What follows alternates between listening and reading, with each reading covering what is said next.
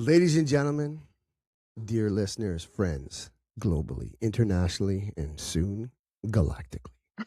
My name is Pete Hammond. Welcome to the Celebration Machine. I have a very special guest today. She's a very good friend of mine who's also married to a very good friend of mine. These people are like family to me. I'm very happy to have Lilli on the show. Ladies and gentlemen, from Sacred Steps, the one, the only, the powerful Lilli Vandermeer. Lilli, welcome. How are you, darling? Thank you, Pete, for having me. I am well, and how are you today? I'm pretty good. Looking like a tangerine dream over here. Well, Work, safety first. working on getting a nice hoodie for this, celebration machine hoodie. But in the meantime, I'm gonna wear this thing for now because my other one is kind of destroyed, and my wife doesn't like when I move my hands and shows all the holes in it and stuff. So Well, listen to your wife. I do, Happy I love spouse, her. happy house. She's way smarter than me in many ways, and that's why we're together. So I'm gonna let you, excuse me, introduce yourself. All right. Lilli, who are you? What do you do? Why are we talking today? Well, I'm a sacred celebrant and a former funeral director. I am a cancer survivor. I'm an artist, and I am here today to talk about how we can heal ourselves, mind, body, and spirit. The importance of ritualizing our big life events and what that can look like in everyday life. Beautiful, beautiful. And for those of you that don't know, of course you wouldn't know. You weren't here before. I like to let people kind of describe themselves. I think it's important that people say, how they feel because I don't want to screw that part up.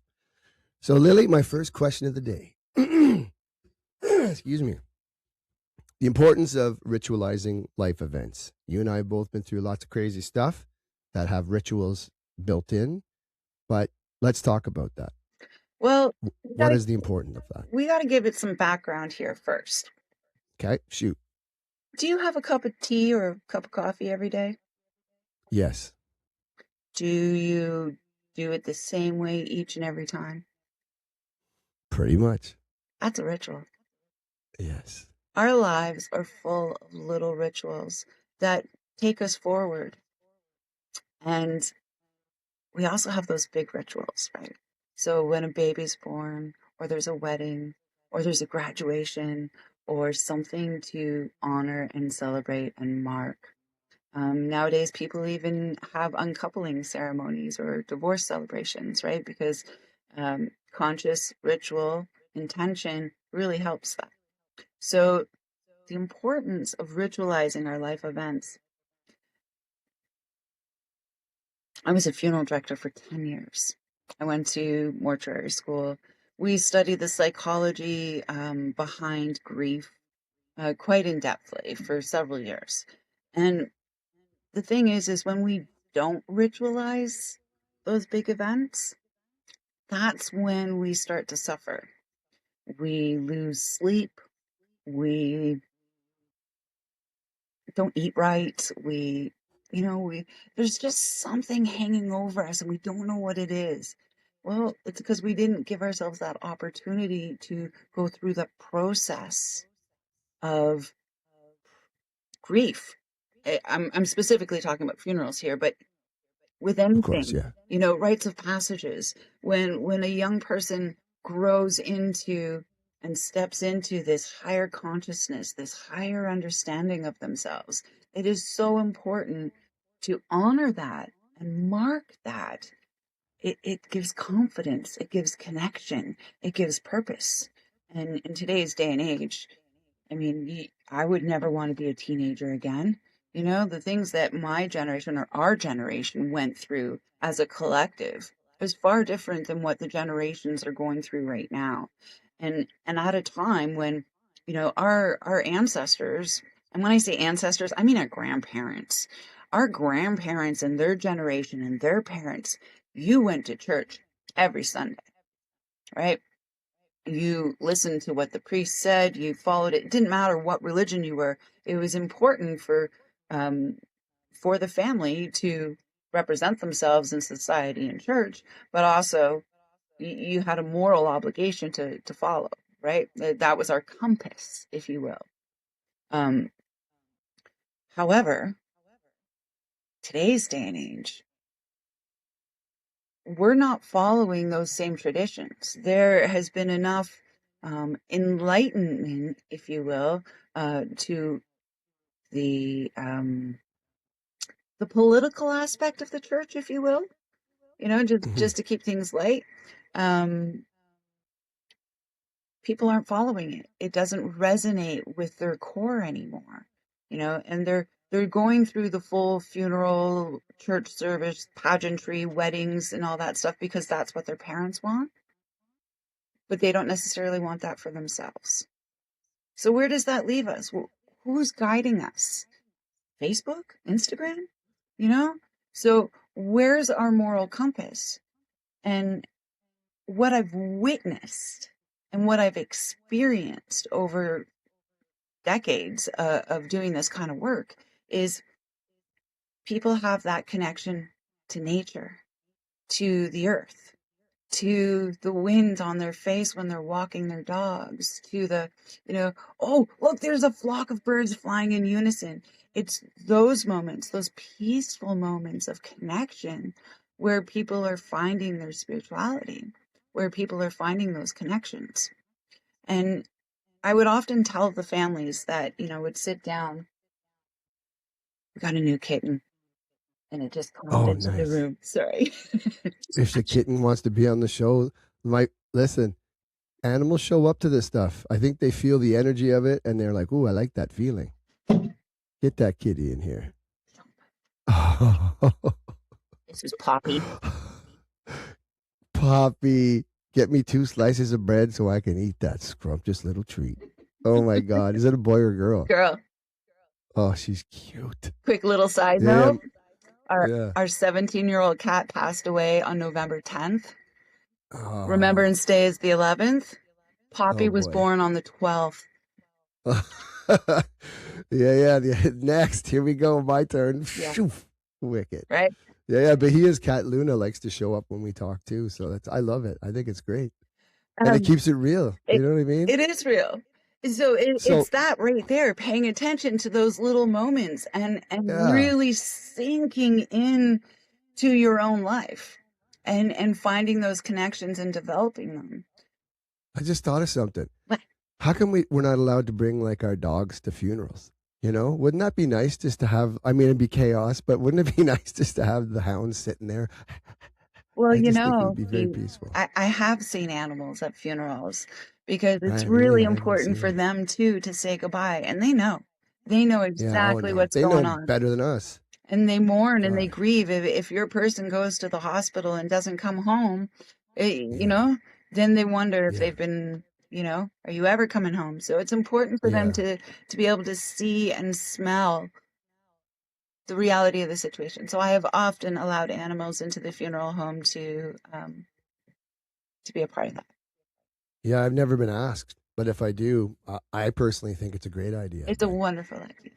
yeah, no, that's awesome. And you said something before that I think is super important. You talked about the rituals we have and how we follow basically what we learn from our family and from our ancestors, grandparents, parents, etc.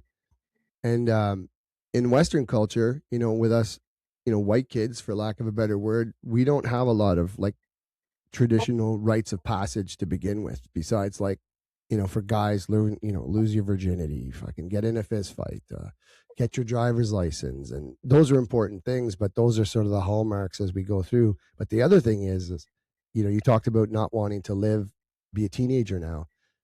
All the influence, excuse me, and all the choices presented by social media.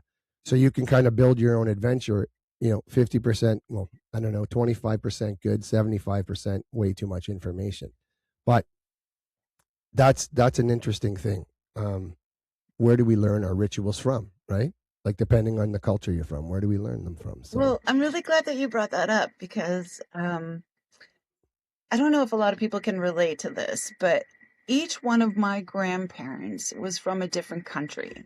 And okay, they met because of World War II. And yeah, so On my father's side, my grandfather and my grandmother met in Germany. They were serving their respective countries, Scotland and England. And then on my mother's side, my grandfather was from Italy and my grandmother was from Poland. So each one of those grandparents, when I sought information about our history, our culture, because here I was, a little Canadian girl with no culture.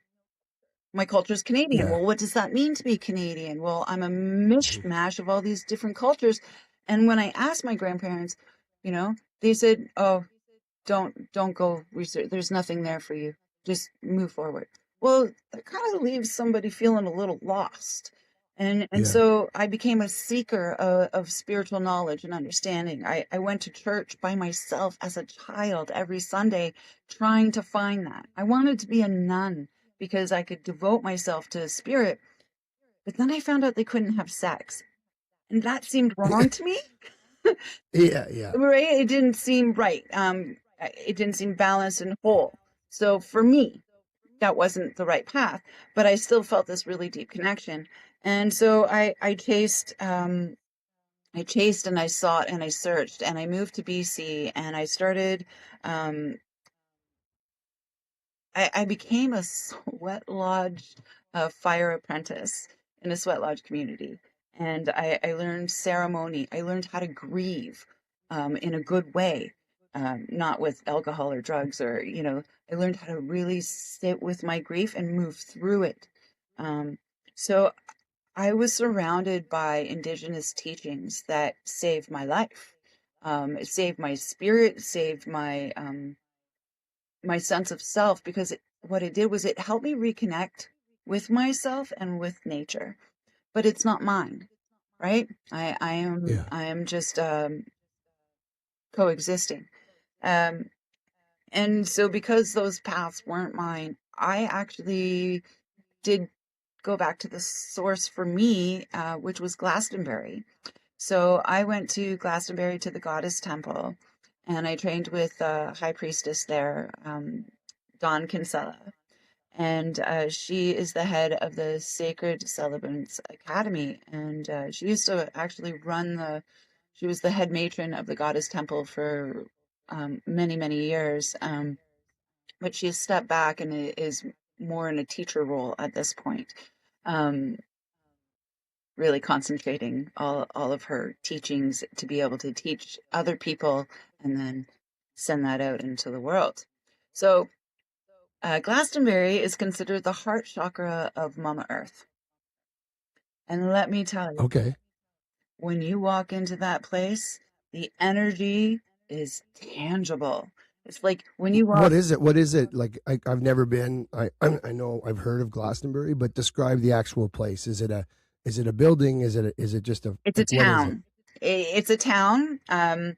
So there is the Glastonbury Tor, which is like this Oh. ancient hill. There's lore around dragons and King Arthur, but it's a So giant. it's in England, It's right? in In England. England, yeah. Okay. So I went on a pilgrimage, 2 planes, Okay. 2 trains, and a 2-hour bus ride to get there.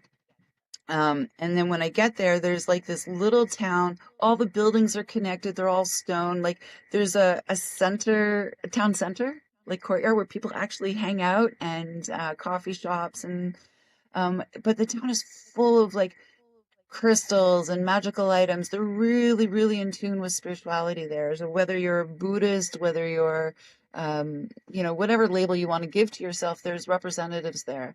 The abbey's there. Um, it is so many ley lines cross over. The energy is palatable when you step into this place. And Avalon. Have you heard of Avalon, Pete? Not. I mean, I heard many songs with the word Avalon in it, but no.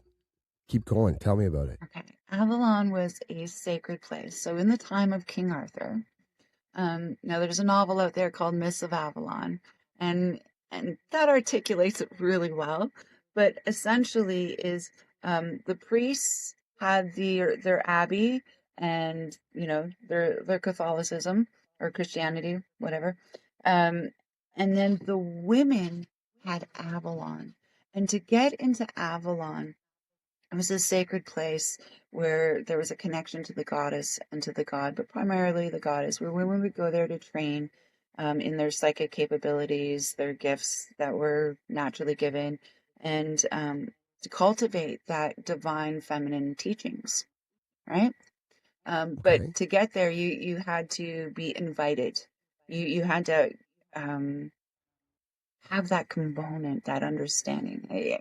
I don't know how to. Was this was it a secret society type thing, or was it an open place that you had to be invited into that everyone knew about? I don't know the exact history of it, but I mean, it was the place that women went to train with the goddess, right? I mean, just as much as we know in today's time and age, you want to be a priest, you go see the Pope, right?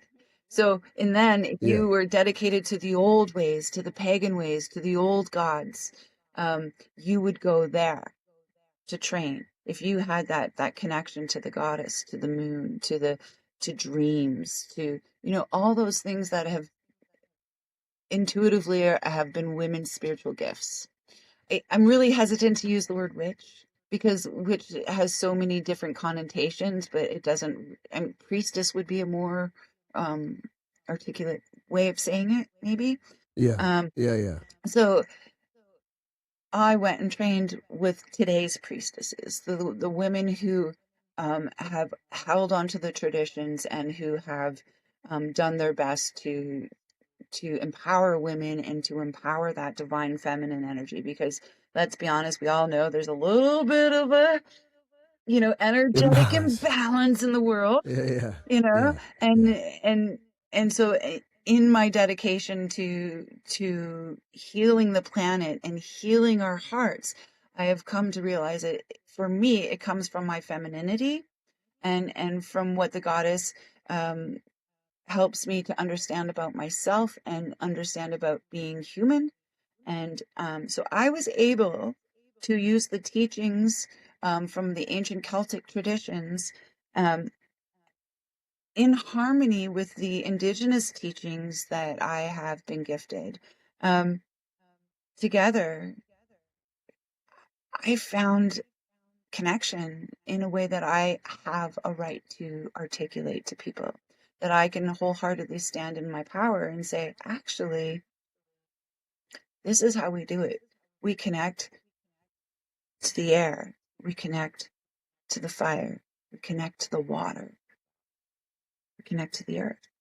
Because it doesn't matter what religion you follow, what spiritual practices you practice, we all have the same spiritual brain. There was a doctor who just, I wish I could remember his name. I saw it on Mel Robbins' um, podcast. Uh, they did a study at the University of California where they were trying to understand what part of the brain during spiritual moments, those epiphanies, where that comes from. And it didn't matter what religion you followed. It didn't matter what spiritual, we all have the same spiritual brain. So once those things light up within us and we experience that, well, then it's ours, right? So, Was it Joe Dispenza? Maybe. oh, he's a good one. Oh, I like Yeah. him too. His He's work, done some. His story's crazy too. Like he's one of the he's a real one. Let's just say that, yeah. and his research is incredible. So Uh, sort of along the same lines of just really tying the scientific into the spiritual, which is great because it gives it sort of it takes it out of the woo and brings it into the real life. Well, real life. What's real anyway? But you know what I mean? The tangible, and yeah. it's like, oh, X, Y, Z. Like it all connects. So So it's super XYZ, the interesting. triangle, as far as I have, through my lived experience, found healing, science, spirituality, and art. When those three come together, there's something, this force, this Yeah. creativity, this passion that just arises and comes forth. I- Yeah. That's one thing that you and I have in common. We're cancer survivors. And I know you went through cancer as a really young man, when Yeah. you were just still trying to find yourself. But for myself, I went through cancer as an older woman coming into my prime, where I was like, yeah, I got this. I'm an adult. I can do this. I'm like, whoo. And I was just hitting my stride. And then boom, cancer. And it it knocked me down. Yeah. So I started returning to all of my searchings in my 20s, because during my course of becoming an adult and hitting my stride, I abandoned my spirituality in order to be neutral to support everybody else as a funeral director. So Yeah. Yeah. I took myself, my spirit out of the occasion or equation, so I could be a neutral vessel to support other people. But I made a grave mistake. I forgot about myself and I burnt out and I got sick. Okay. So how I healed myself was through that holy trifecta of science, art, and spirituality. And so I currently live in Nova Scotia. And in my 20s, when I was part of the Sweat Lodge community, it was in Nelson, BC. So once I found out that I had cancer and I realized that I didn't know how to be vulnerable with my current community because I stepped into this community in a professional role of caring for others. And so I didn't have people here in the community that I could be vulnerable with. And according to Brene Brown, vulnerability is very important. Love her too, Oh yeah. right? So I flew out west and I did a ceremony with the elders out there, Duncan Grady and Jen. And that's a whole other episode, Pete, that we could talk about unity and the Yeah. oneness uh, of of of all of us, like the oneness of it. So I really dove deep into that ceremony and found that. So every time I do a blanket ceremony, I've done several. This blanket is like 200-year-old blanket that has a lot of tradition and story and respect attached to it. But every person who has ever had a ceremony in this blanket, their energy is in it. And when you have a ceremony, I was married in this blanket. My children were blessed when they were born in this blanket. So our energy is really in this blanket. And whenever I'm going through strife or hardship, you can call upon the energy of the blanket and all the people that came before you that have, through every manner of ceremony, be it, birth, death, marriage, divorce, whatever, right? Like this blanket is used in all manner of ceremony. So I went there to be with the blanket and to be in ceremony and to feel that connection. But what I got out of it was this beautiful oneness that I am the blanket now. And so I don't feel the need to travel all the way to BC to have a blanket ceremony because I now understand that I am the blanket and that I can carry that energy for other people. Another thing that happened while I was in BC was I did this ceremony with a bunch of women that have you heard of, and forgive me if my um, it's family, there's a field. Oh gosh. It's essentially this kind of therapy that um, you're healing all of the family line by coming into this field. No. I Um, like it though. it's absolutely amazing. In our next meeting, I'll get the name of what it is. So we Yeah, by adapt. the way, folks, this is part one. This is part one. We're gonna one of God knows how many, whatever. Let's go. So in this ceremony, Um, it's usually used where you can heal your familial lines, your ancestral lines, because we're timeless, right? And when everybody in the ceremony, one person is going through it, and other people in the ceremony represent different people, so they can heal those relationships without those people there. Okay. That's the kind of synopsis of it. So what I I did like it. was I decided to heal my relationship with my breasts because it was breast cancer. And so Yeah. I knew to do the real work, I had to address all of my issues surrounding my breasts. So women, we're told the size of our breasts when they come in, all these different, things about ourselves as we're growing up. Um, the whole, we must increase our breasts. The bigger, the better, the tighter, the sweater, the boys depend on us. Um, I'm almost 50 years old and I can still remember that. Like you talked about your boys having like, oh, the first time that you got your driver's license and those. For Yeah, us girls, we were told it was all about, you know, how we looked and how, yeah, you know, it's, we're not that far away from those times, right? Um, yeah, yeah. so Oh no, that's still happening. each one of those women um, helped me to represent different components of my relationships with myself, with my breasts, and with the earth. And I don't want to get too much into detail because this was sacred ceremony and it was my ceremony, so I can talk about it. But I Yeah. typically the juicy bits of ceremony are for ceremony, right? Um, so I healed my relationship with my breasts in that ceremony. Truly, deeply, wounds that I didn't know that I had been carrying for my entire life. Things that, you know, were pushed upon me by society that gone. I was scheduled for a double mastectomy before I left to go on this pilgrimage out west to see the elders and have ceremony. And when I got back, there was a phone call from the genetics department and a genetic mutation that's in my family line, which caused my mother to lose her breast, my grandmother to lose her breast, my great grandmother to lose her breast. Every woman in my family has been raised with the awareness that we are going to die of breast cancer. So that's a big thing for somebody to believe in your whole being because that's what you've been told by everyone around you for your entire life. But me, I'm a stubborn one. And I'm like, no, not me. That ain't going to be me. I ain't going to get Yeah. breast cancer. Well, sure enough, I get breast cancer. But you know what? I healed the wounds on a spiritual level. And it came through on a physical level.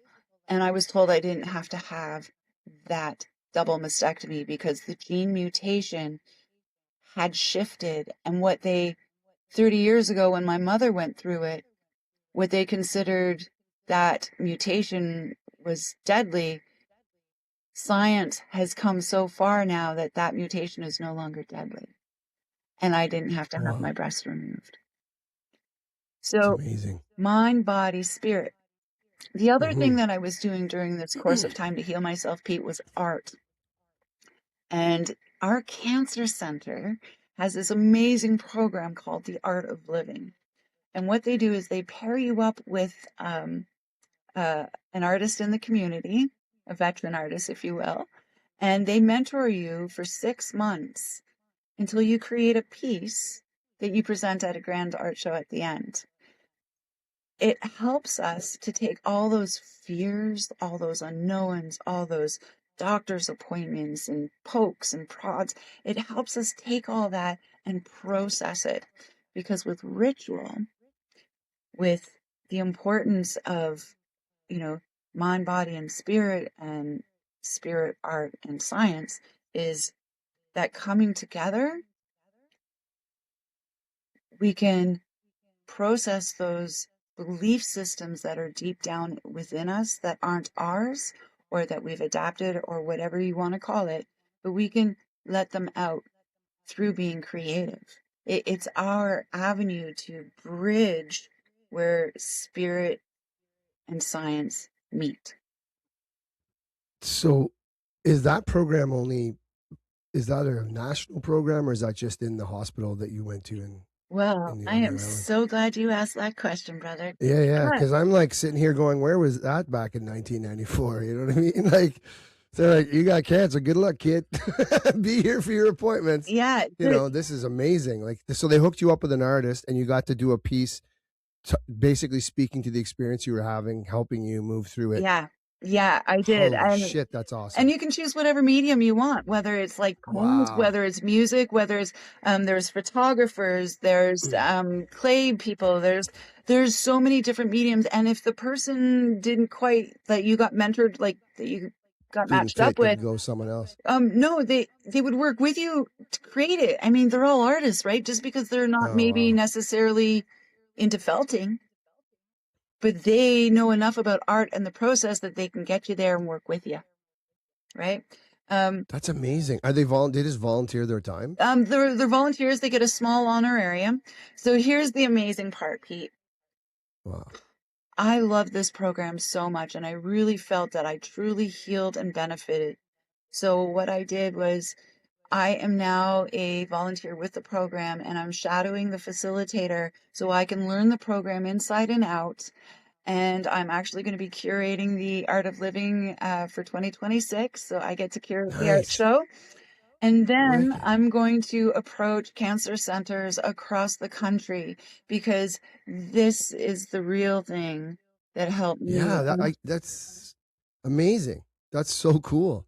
And you don't have to have any kind of artistic inclination, maybe just like a hope or maybe, you've always kind of been a bit of a poetry person, but you didn't know. Like, and it's for men, it's for Yeah. women, it's for um it doesn't it's so long as your life has been impacted by cancer. We had one Hmm. woman who Hmm. lost her husband and was having a really hard time processing his death to cancer.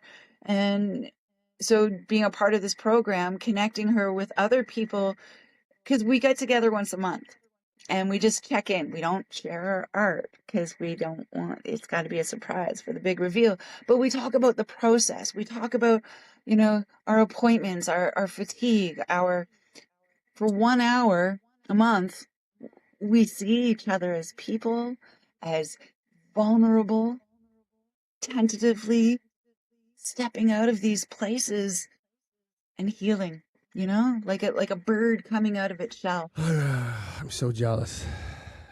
The 20-year-old version of me is like, the hell? Like that would be so powerful. I mean, you're so lucky. And again, speaking from one veteran to another, there's a lot of good shit comes out of the cancer experience and out of any difficult or traumatic experience. But that, like having that would have been like a game changer. I mean, Right? I did my own journaling and created my own rituals just because I was an artist and, music and art and writing and all that stuff, but it was by myself.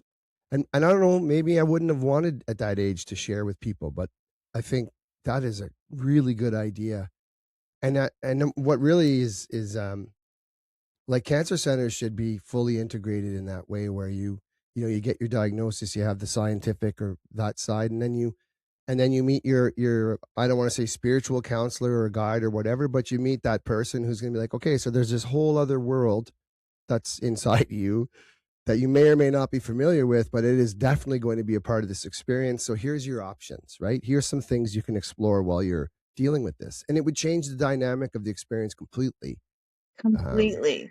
So I have that's actually so cool. developed several programs um, based upon my celebrant training, my funeral experience, my 30 years of ceremony.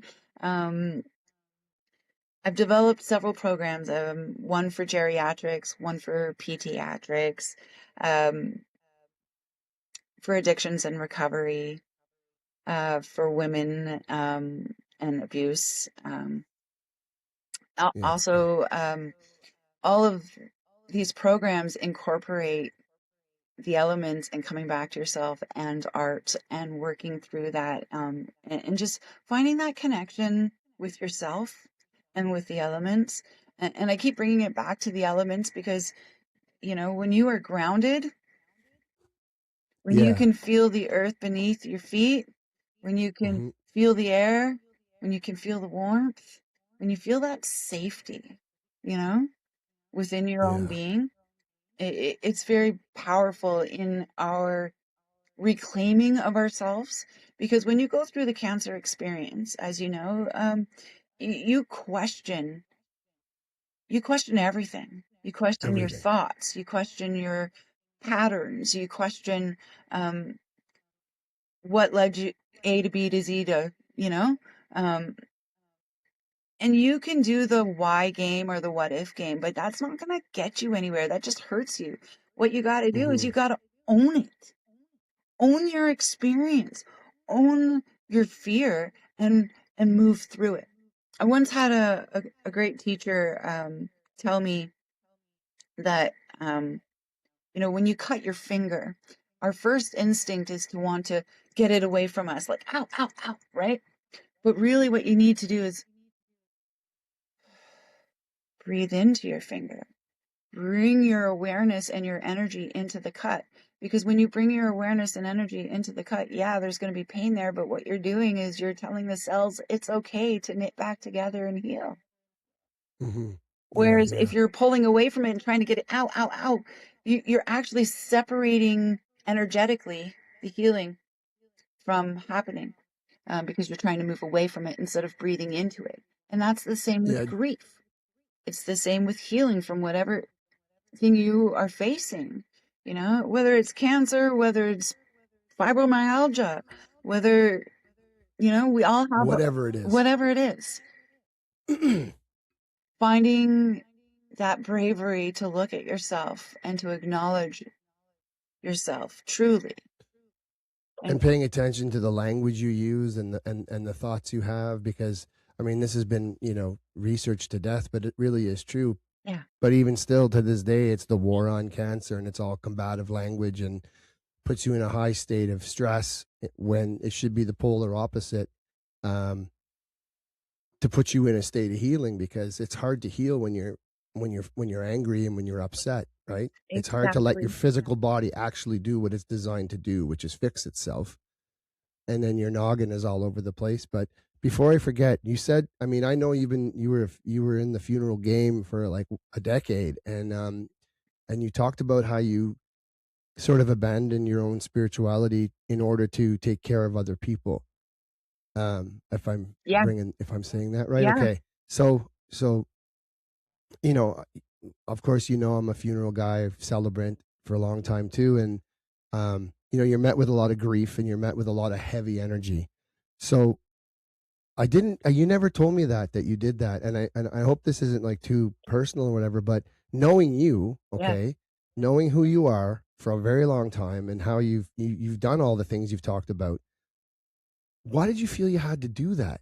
Like when you're, I want you to, and if you don't want to talk about it, that's Oh, fine. no, But no, no, this is great. No, I love your like why? questions. I thought that like you know so much about the inner world, and you've dove into it, lifelong student really, Yeah, yeah, and so now you're in a position where, I mean, we both know that culturally it's a little different where you are, yeah, and so you're already on the outside, but now you're an outsider having a very intimate experience with people. yeah.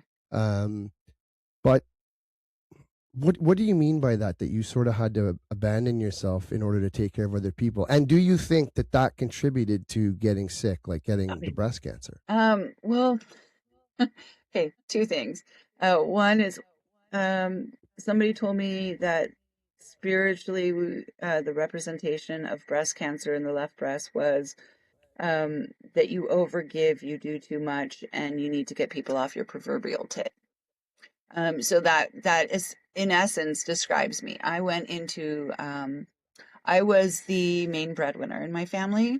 My Mm-hmm. husband cares for his elderly parents and cares for the kids, and he was the person holding down the fort. So I was the one that went out, and so he worked part time and I worked full time. Um, so I felt this immense pressure to be, the breadwinner of the house. Um, and I felt a little bit like an imposter when I started funeral directing, because here I was, this hippy dippy, no, not dippy, hippie, No, hippie, no, I earth know what you mean. loving, right? Yeah, Like yeah, barefoot tomboy, um, yeah. all of a sudden having to wear a suit. And I mean, I loved every aspect of funeral school. I was told more often than not that I need to tone it down because my enthusiasm was too much. Because I'm like, yay! Yeah, because yeah, yeah. because there's truth behind it. There's an understanding when we know how to grieve, right? Sweat Lodge taught me how to grieve, but how do I teach people how to move through that grief in a good way? Because what I realized in my lifetime of my own personal griefs, that it can be debilitating, and people don't know how to talk about grief in our culture. I had four miscarriages and lost my father, all within a really short amount of time in the grand scheme of it, like 3 years. And grief really crushed me. And through the sweat lodge, I was able to accept it and move through it. Um, so coming back to being in service, being not only the breadwinner for my family, but being that person that people came to when they were the most vulnerable. I wanted to be neutral. I wanted to be safe. I didn't want to be perceived as a used car salesman trying to get you to purchase the Oh biggest God. casket. You know, like we Yeah, know yeah, there's that side of yeah, the industry, right? But yeah, but yeah. on the other side of the I mean, it is industry, a business. It's yeah, a it's a business for business, sure. just like everything else. But Um, that goes against your heart and my heart, and so you're in that spot, wearing a suit, yeah. buttoned up, playing the game. Yeah. Yes. So it took me a few years to get comfortable wearing the suit because I found my flow. Once I figured out what the rules were and what I had to Hmm. say and what I had to do, then I was able to lily it, you know, Yeah. and Put your own twist. put my own twist onto it. And I kind of like, do you remember that Christmas movie, Miracle on 34th Street, where this Santa would Yeah. tell people where to go? That Yeah. was Yeah. the way that I treated funeral directing. When people came into my office, I didn't care about what casket or what urn, or what I cared about was, hey, how you doing? Did you eat today? Yeah. Did you get any sleep? It's okay. Let's get you some water. You know, Yeah. and I would treat them like But you people. were sincere about it. It wasn't just phoned in and, Yeah. And so when you're doing that kind of work and then you get bogged down with the bureaucracy of the politics of the corporateness of it, or if you have the luxury of working for small business owner, then you know there's its own challenges behind the scenes, right?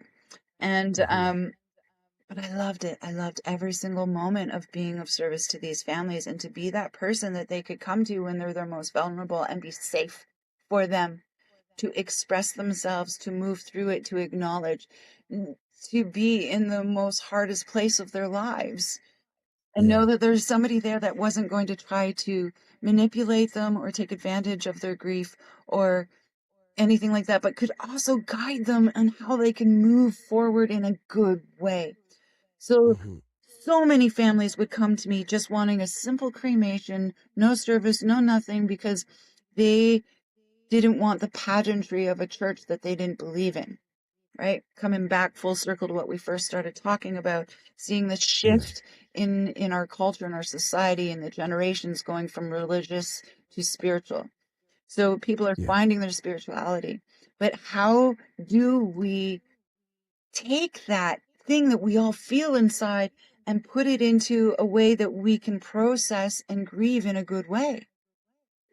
That is Yeah. why I Yeah. went to the Sacred Celebrants Academy and why I learned how to do ritual using the elements, because that is one thing that each and every one of us, no matter what we practice spiritually or religiously, we all need the elements: air, fire, water, and earth.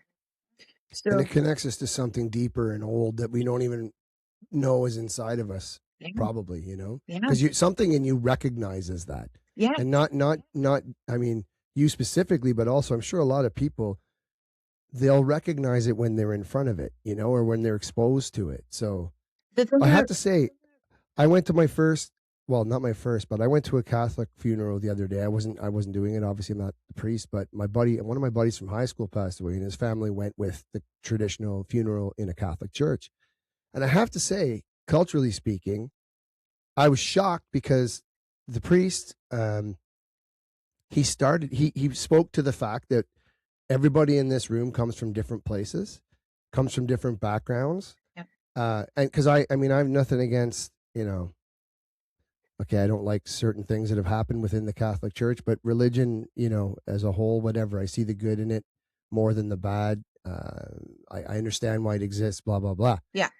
But I've never enjoyed a Catholic funeral in my life because, no offense to you Catholics, they say the person's name maybe 3 times, maybe there's a eulogy, and then it's an infomercial for Jesus, right?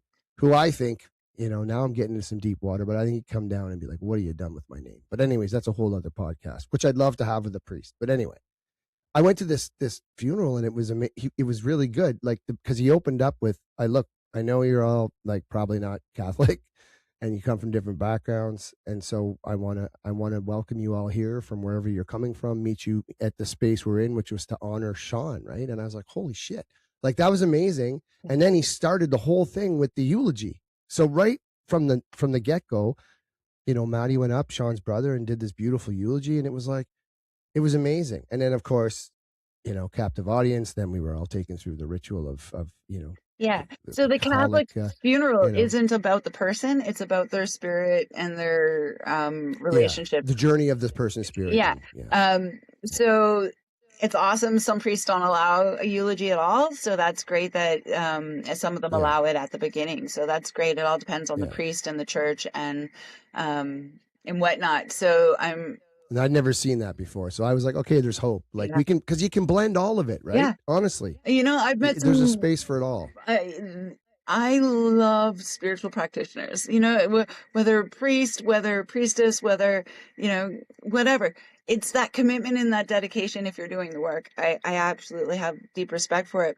And even though I would not call myself a Catholic, even though I was raised in those traditions, me, Lilli, that's not my personal beliefs, but I, like you said, I know why it's there and I know the importance of it. And it doesn't matter to me what religion or what spiritual kindness, right? Dalai Lama said it, kindness is my religion. My connection to myself is the elements and my connection to each other is the elements. But there was something that we touched on that. Sorry, go ahead. Oh, church. The beauty of going to church, the beauty of those kind of things is the coming together with the congregation and singing. I love that aspect of it. There is something very magical when people come together spiritually and open themselves up to that and find their voices, or, you know, there's just a beauty there, you know, whether you're in a temple or whether it's that act of connection and understanding that there's higher energy, higher purpose, no matter what your beliefs are. Well, and you can feel it too in a room full of people with a focused intention. Something happens, you know? Yeah. Like there was a moment during that ceremony where he'd finished a prayer and he basically said, and it was interesting because he said, take the time after we do this prayer to just sit with it and sit in that moment however you see fit, but it's not a time to check your phone and catch up. He's like, I encourage you to sit with it. And I thought, man, that, like, he's got it, right? He's starting to figure it out. And he wasn't a young dude either. Like, he was an older guy. And I thought, okay, like, they're seeing the writing on the wall. At least this guy is. But there is a beauty there to just sit. I grew up in the church, Anglican, so we were kind of like the slackers of the you know, of the religious world. So, but I mean, I carried the cross in. I was an altar boy, the whole thing, you know, and I like the ritual, obviously, like, you know, ritual's pretty important to me in my life, but that's where it all started, is the ritual of it. And I loved the quiet moments of reflection. Like that was my favorite part, just sitting in a church and it's quiet and just reflecting. I mean, it's meditation essentially, but, you know, with people around, which can get weird, but I like sticking my finger in the wax. Yeah. But so, you know, when you were met with all the grief, as a funeral director, like what'd you do with it? Like when you ran into the heavy stuff, like what did you do with that grief? Because, well, you know, you're not afraid to. Yeah, that's where we got off track there a little bit. Yeah. Yeah. No, I'm just bringing you back because I want you, because grief is palpable and it's an energy, and it's almost like, you know, when I do my ceremonies, which you've seen, I often talk about, you know, grief is a guest too, right? Like grief is in the room with us, and it's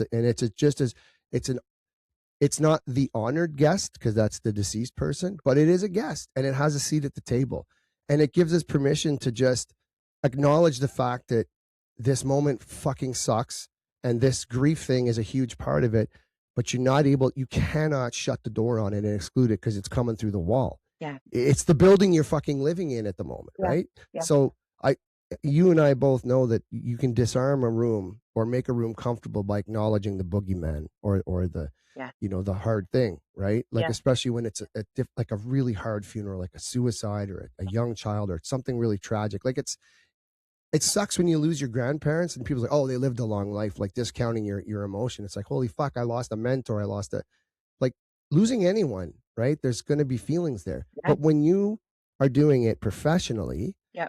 for that long, what did you do? Like, did you notice it having an effect on you? And when you did, what did you do Ah, with that feeling of just, you know? good question. Good question.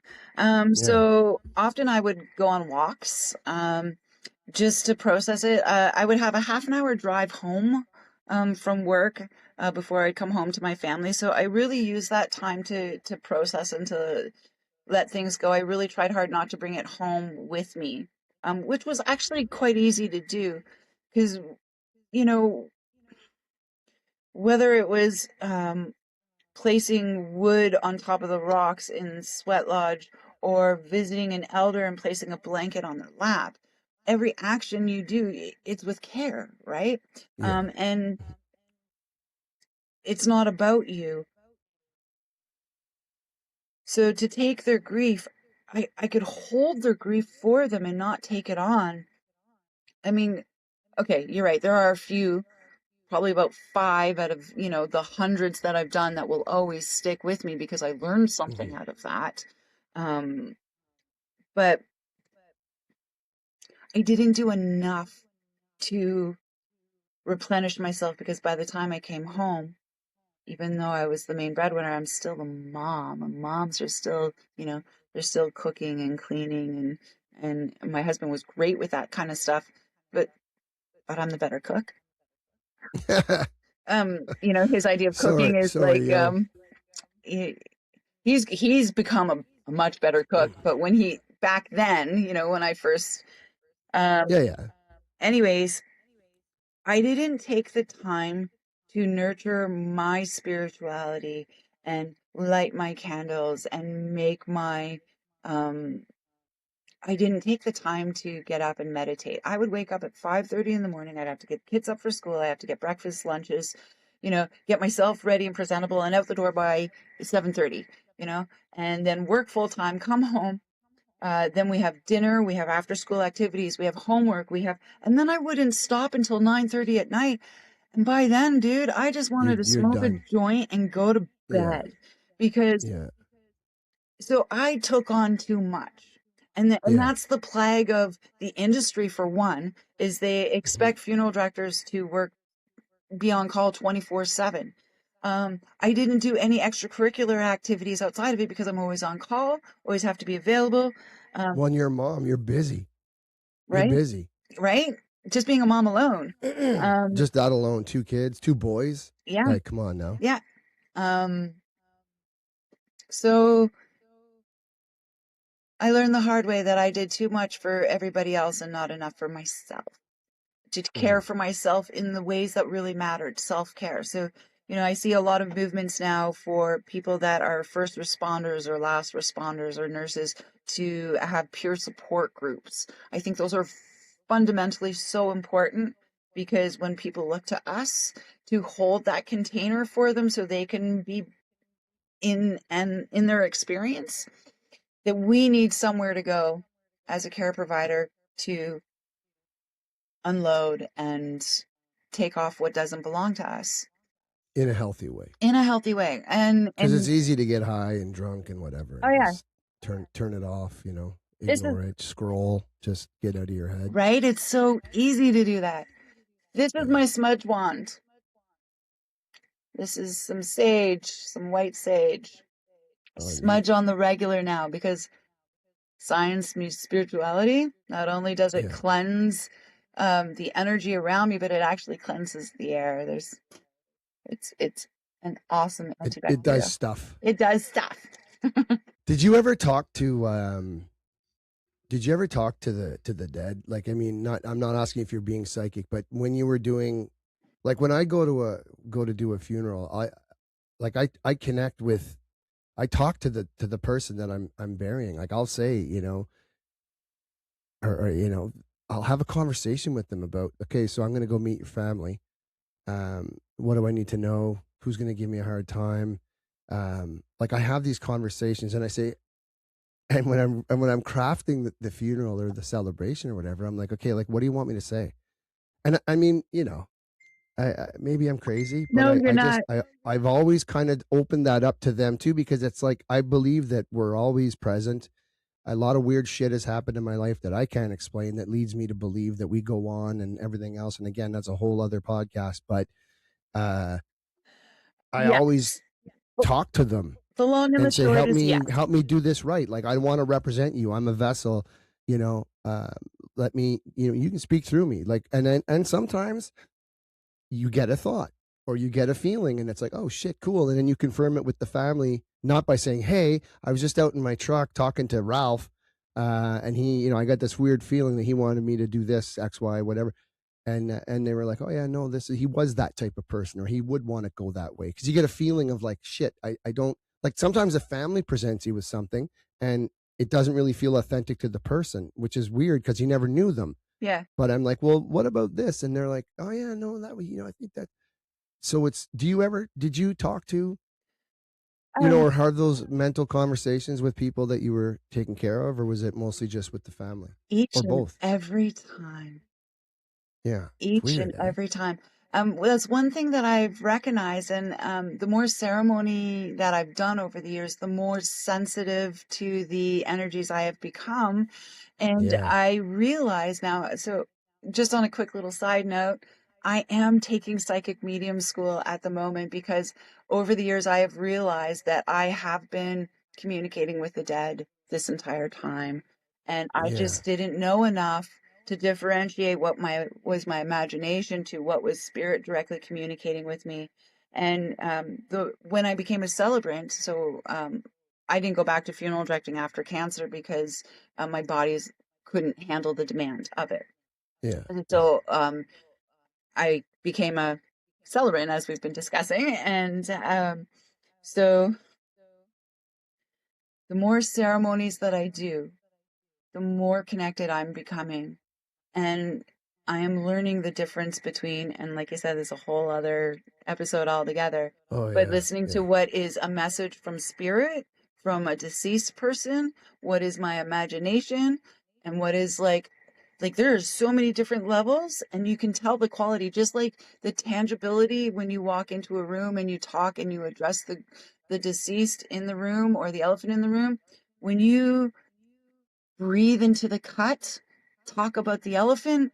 When you bring that awareness and energy to it, it blossoms, it builds, it follows through, just like a flower yeah. that goes from a bud to opening and on then eventually decomposing.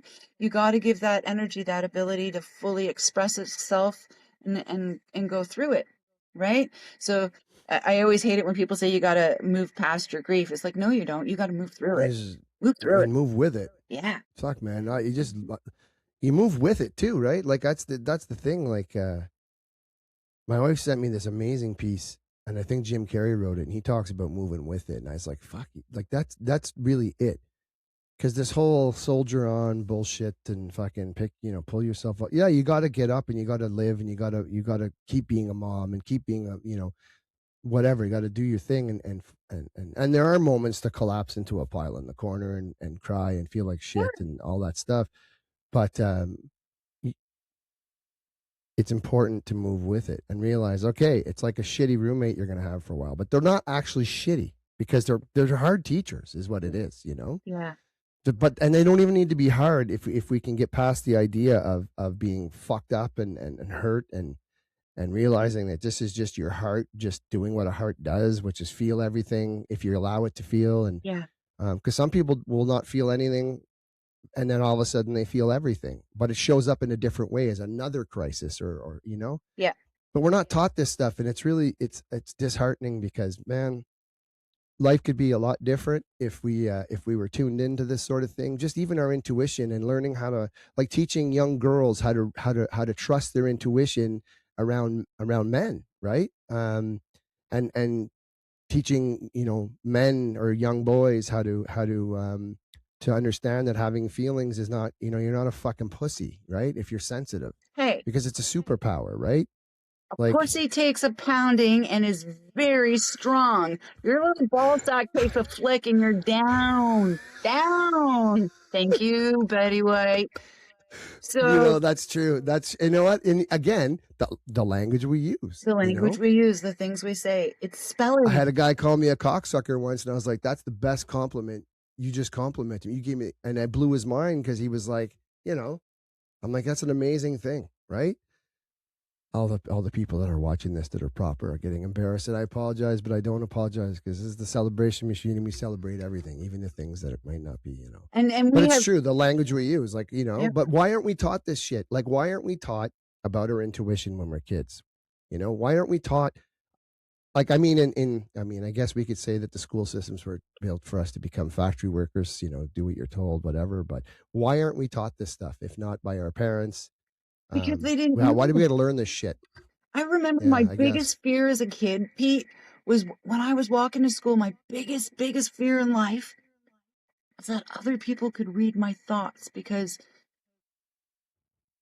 I thought I could read theirs because I had this See, awareness and this understanding, and nobody taught me the difference. I'm almost 50 years old, and I'm only now acknowledging and realizing that I've been psychic this whole time, but I yeah, pushed it yeah, down and dammed it yeah, up yeah, because I was trying to fit in. You asked me why I took those 10 years off from feeding my spiritual self because I was feeding what I thought I had to do to be a functioning adult in this society. I yeah, betrayed my own spirit because I was playing the game and supporting my family. yeah, yeah, That's it. That's what we yeah, all have to face. So now I have that yeah, beautiful gift, that beautiful opportunity, that second chance at life. Cancer saved my life, Pete. yeah, Cancer was a course correction for me. It helped yeah, me to recognize what was important, where I was wasting my energy on, and where I needed to apply a little bit more. And my husband yeah. and I, we fell in love all over again. It was amazing. Yeah, because it can tear your family apart, and it can, the whole family gets cancer, right? Like, Yeah, that's the thing that people don't realize is that it's just because it manifested in your body, the whole family gets it yeah, in one way or the other. And again, you're not taught this shit. Like, when you get diagnosed, it's all very clinical. Well, at least it was for me, and then you kind of got to go figure it out on your own. But I remember having a family meeting saying, okay, look, you know, uh, I don't want.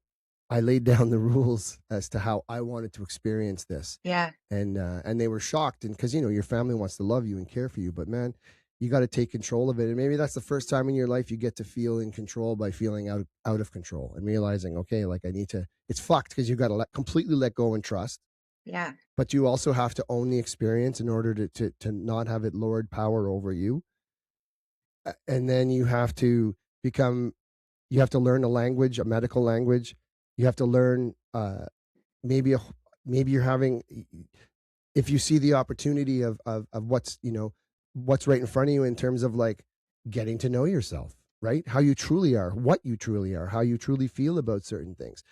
It's a burning through of all the shit that maybe you haven't paid attention to. Um, if you want to look at it that way, some people are like, well, it's genetic, you get it, some don't.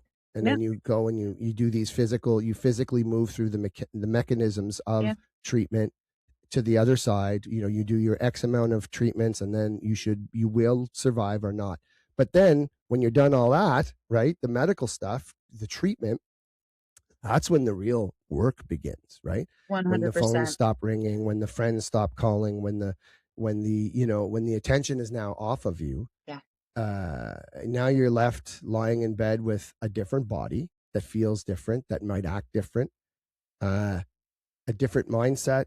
Your spirit has been either enhanced or depleted or beaten up. Your relationships have changed. You see, it's like you just, everything changes. Your relationship with your relationships might not change, but the way you perceive them do. Like, it's a whole thing. And you can take the word cancer and change it with divorce, Yeah. death, loss of job, like anything that kind of comes out and cracks you and shakes your foundation or your reality as you used to perceive it. Yeah. So, But there's a lot of power in there and a lot of beauty. And I remember, and I'm rambling, and I told you I'm going to ask more questions and talk, but man, the last day of treatment, I had an experience of, it was like when I got off the machine, the radiation machine, I walked right into the corner, and I remember there was an open door where where the reception was, and my father was standing there, and there's the bell you get to ring on your last day of treatment, which is a cool ritual, but I felt weird doing it. But anyway, I remember I was going to the door, I saw my dad, I walked into a corner, and I fucking let everything go. Like, I've never cried like that in my life. And it was like an orgasm, but of grief and love. And it was just, and you know what I'm talking about. You've had it happen to you. Yeah. But the feeling, I've been like a heroin addict chasing that first high for the past 35 years. That moment kind of ruined my life. And when people are like, oh my God, how dare you say that? I've lost X amount of members to cancer. But it's like, well, did you go through it? No, but okay, well then shut the fuck up, because I'm telling you an experience that happened. That moment, I'm 52 years old. That happened when I was like 21. Yeah. And it still is alive and real. And if I could take that moment and that feeling and give it to everybody, I swear to God, it would change the world. Now, people are saying, well, that's your perspective. And I'm telling you, man, it's like, I wish it would happen to everybody. Yeah. But maybe they wouldn't react the same. But that's why I started Loud Love. I tried to put that feeling into the world of like, fuck guys, do you know how important and excellent and amazing being alive is? Like, I know it sounds naive, but it's such a primitive feeling, and it's so deep and primal to just be like, holy fuck, the sky looks different. Like, everything looks different. And then there's the other side of, you are not, like, now you're 21, your friends are in school, and but you're not even on the same planet anymore. It's like you go to the moon and come back. What are you going to do now? Work at fucking Home Depot? Like, so there's a whole unspoken experience there, Yeah. or maybe it's spoken of, but back then in 1994, it certainly wasn't. That it's a lot to digest. And I just hearing that there's that art program now, Yeah. my God, like, that's beautiful. So, Well, that's my but yeah, goal. no, So it's, hopefully, maybe somebody will see this, and we can get it to the right people.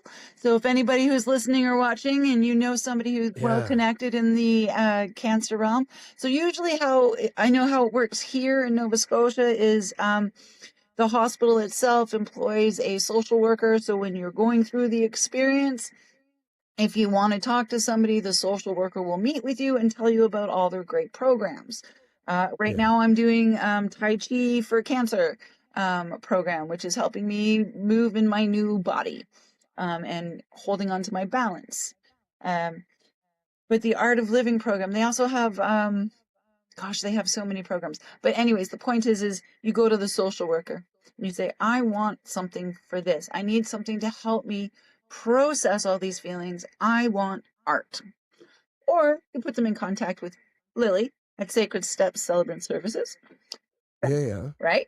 And then I can come and give them a rundown. I can show them how the program works. I can um, be a testimonial to it. I am the yeah, living proof that this kind of program brings real, tangible healing for people, mind, body, and spirit, because your whatever ails you is not just your body, right? Everything is mind, body, yeah, and spirit. Um, but the other thing I want to touch on before our time is done today is the Celebrant training program that I have coming up. So, yes, let's go talk about it. um, I mentioned that I trained with the High Priestess Dawn Kinsella. Um, she has asked me to bring the teachings to Canada. Now, this woman is selective. She's only got so many teachers in different parts of the world because they're the ones there, you know? This is the Yeah, first time she's allowed the teachings to come to Canada. And she's entrusted me to represent her and the school and to bring that training to Canada. So cool. this training is for anybody who are finding themselves naturally in those leadership roles like you and I were. Are you the Mhm. person that people come to when there's a death or a wedding or, you know, a baby shower? Or are you the person that people rely on to show them how to get things done? You know, Or just feels called to do it. or do you feel called to do it? What is that Yeah, but not calling? know where to Yeah. go for that. Yeah. So we are offering a 7-day intensive at the Cabot Shores Wilderness Retreat in Cape Breton Island, October 2nd through 8th. Yeah, I think that's right. Uh, and all the information is on the website, but we are going to be taking people through an initiation process with the elements and teach them all the ancient Celtic traditions, like the hand fasting. So, hand fasting is how everybody was married before the government took control in 1860 and wanted the piece of the pie and control over who Yeah. got to marry who. It's all politics. You can see it on Braveheart, Game of Thrones, you know, so many television Yeah. shows are throwing it back up again. It's where tying the knot comes from. It's the binding of the hands. It's not just saying I do at the altar. It's literally a binding of your souls. There's the Mary Magdalene anointing ceremony where the foot bathing and there's a whole anointing ceremony for a bride and groom where they get to really honor the divinity in each other and you know my king, my queen, my you know. There are the passing over ceremony. There's the which is one of the grief ceremonies. I will not be teaching that this October, though. We're going to focus on all the naming ceremonies for babies, for adults, for family blendings. Um, yeah, there's just so Is there much. a place? Is there a place people can go find that, like to get more information, or Yeah, you can like do go you to have a my website or website, whatever? Sorry, my throat's messed up again. But anyway, no. So you're gonna give me that info, and I'll put it in the chapters part of the video, along with your socials. sacredstepscelebrant.com. Sacred Steps Yep. Celebrant.com. And there's a page for the Okay. Celebrant training. And yeah, Sacred Steps Celebrant.com. yeah. Okay. All right. And it is the Well, Sacred Celebrant of Avalon training, because this is where the course comes from, and all the teachings are from there. well, man, we could keep going for days. We could. There's There's so much to talk about, and I really I think it's a good spot to stop. But this is part one, part one. because there's a lot that we just went through a lot. And I just want to say, since this is the celebration machine, my friend, part of this is I want to talk. What I want it to be, like it sounds cheesy, but I think it's really important, and I think you can appreciate this as someone who's been in the funeral industry and as a celebrant yourself. It's super important that you tell people before you say their name for the last time what you think of them in the best way, right? Mm. So part of the celebration machine is when I'm talking to people that obviously I try and get people on here that I really respect and care about. I want to thank you for everything you've done here today. B, for being so open and honest, and just for being the person, like you're a trailblazer. You're taking the old stuff, bringing it to the new world, and in turn creating a new whole vibe, a whole way of doing things. And I think it's super important, and I'm very excited for you. But I just want to let you know that if I was eulogizing you, you were a bright, burning light. I love what you're doing, and I love you, and that's what I wanted to say. Thanks, So Pete. no problem. And you go give Yo a big hug for me. So Ohan and I, so Lily's husband and I played in a band. He helped me start Loud Love, which is a band I did for like 15 years. And he and I have a whole other story. I got to get his ass on here to talk about, music and life and everything else. But he's one of my favorite people, and I love him dearly. So Thank thank you you. so much, Lil. That was awesome. And part two will be coming up. Is there any final thing you want to say before we wrap this up? Believe in yourself. Really, truly, that's all we need. Look yourself in the eyes in the mirror. Look yourself in the eyes. And remember, it's know thyself. Love yourself. Each and Yeah. every one of you. Yeah. Yeah. All right. That's a pretty good one. That alone is a hard one for a lot of people to do. I know.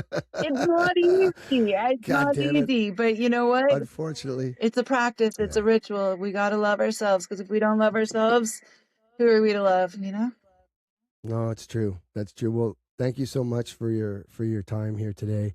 Thanks I for hope having people me. got something out of it. You're very welcome. This is part one of who knows. We'll leave it open. Yeah. Sacred Celebrant. What is it? Sacred The Step website? Celebrant. Sacred Steps Celebrate. You're gonna text it to me so I can put it in the fucking Because in the every comments. step we take is a sacred step. There you go. Swing. Ladies and gentlemen, this has been a conversation with the mighty powerful Lilli Vandermeer. Check the the stuff under the video to get the socials and all that.